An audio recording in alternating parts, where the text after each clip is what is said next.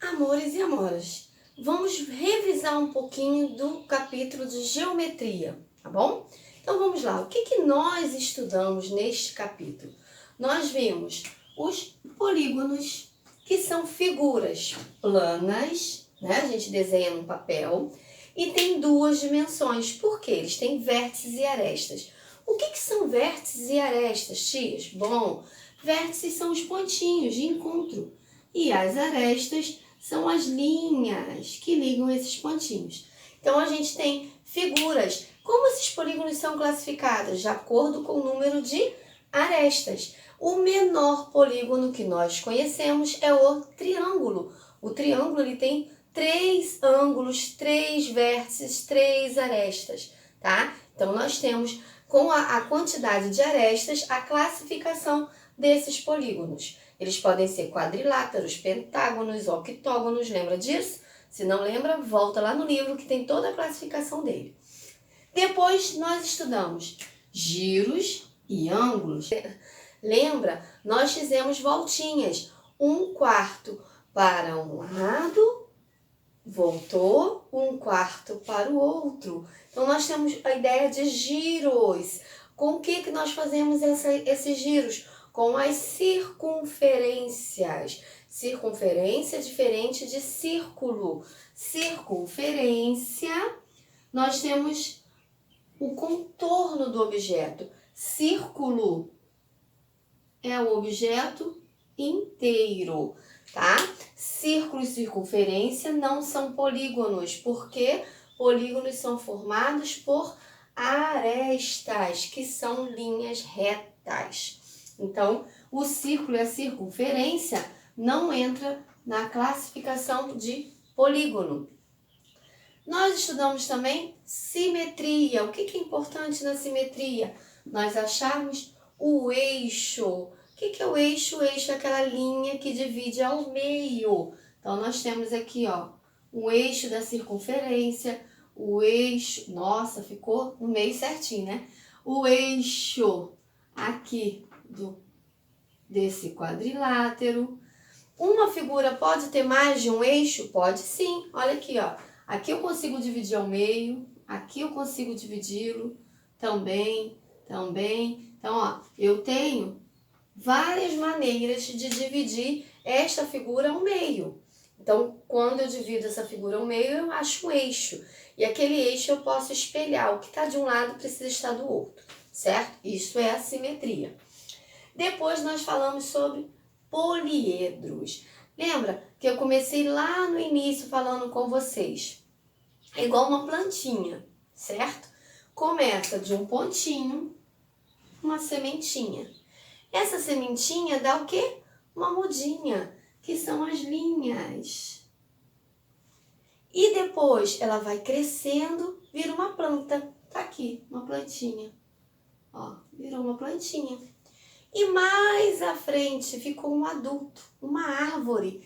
Então, de um pontinho, olha lá o que nasceu.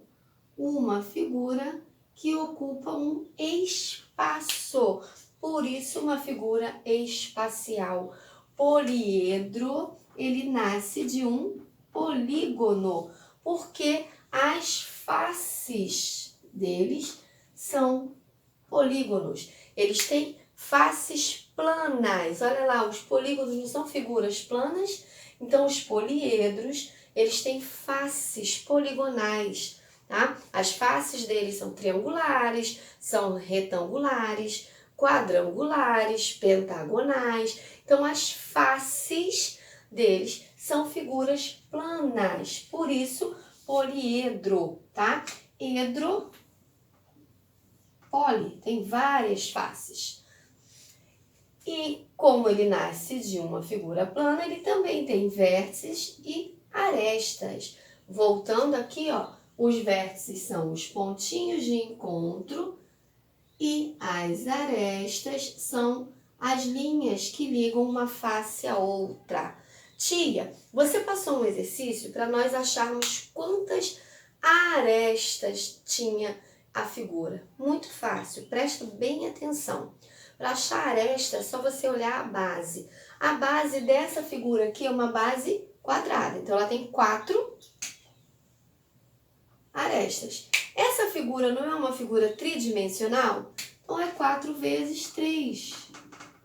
Ela tem 12 arestas. Se liga na dica, tá bom? E se fosse uma pirâmide? Porque o poliedro, ele é dividido em prismas e pirâmides, certo? Um poliedro prisma, ele tem 3 dimensões e a gente pode fazer 4 vezes 3, porque ele tem 2 faces, ou 2 bases, melhor dizendo. Ele tem 6 faces e 2 bases. A pirâmide só tem uma base. Então, a base de cima a gente retira. Na hora de fazer a pirâmide, se aqui nós tivéssemos uma pirâmide quadrangular, nós teríamos 4 vezes 2. Por que vezes 2? Ela não tem esse teto aqui, ó. Ela deixou de ter 4. Então, ela só tem 8 arestas, certo? Então, lembrando que são figuras tridimensionais, elas ocupam espaço, são figuras espaciais. Na hora de calcular a aresta, olha a base.